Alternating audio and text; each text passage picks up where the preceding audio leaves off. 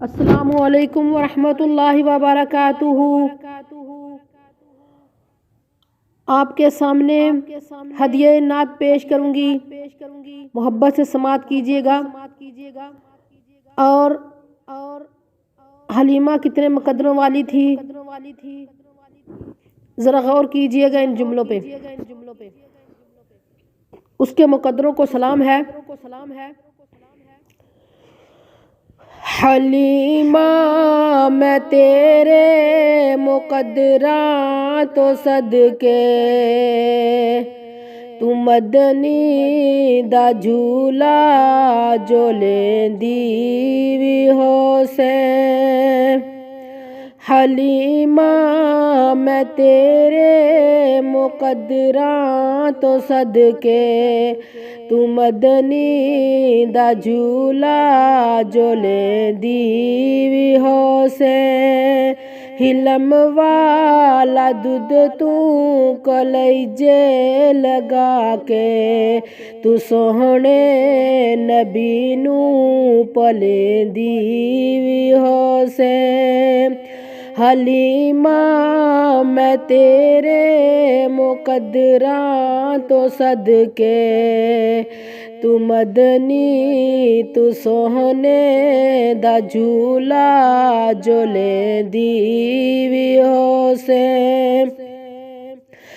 تے منہ نیڑ کر کے تے بوسے دی خاطر، لباں نال لباں نوں ملیندی وی حسین۔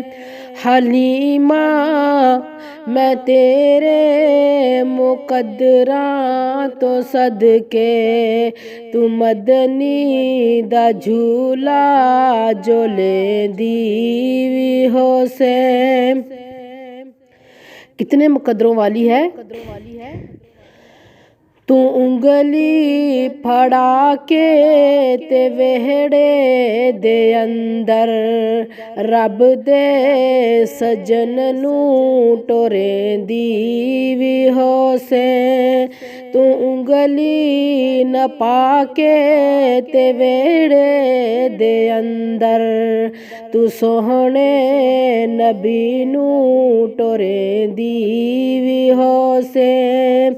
حلیمہ میں تیرے مقدراں تو صدقے، تو سوہنے دا جھولا جو لیندی وی حسین۔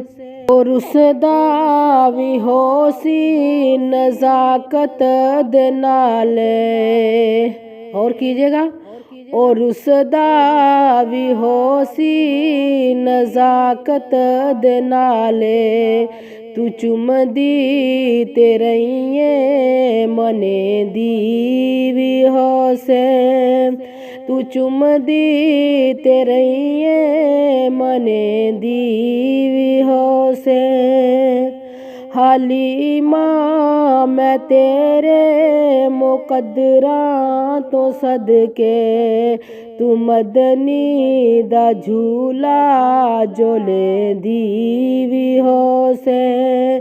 حلم والا دودھ تو کلیجے لگا کے، تو سوہنے نبی نوں پلیندی وی حسین۔ دنیا دی تتیاں ہواواں دے کولوں، دنیا دی تتیاں ہواواں دے کولوں، نبوت دے پھل نوں لوکیندی وی حسین۔ دنیا دی تتیاں ہواواں دے کولوں، نبوت دے پھل نوں لوکیندی وی حسین۔ حلیمہ میں تیرے مقدراں تو صدقے، تو مدنی دا جھولا جو لیندی وی حسین۔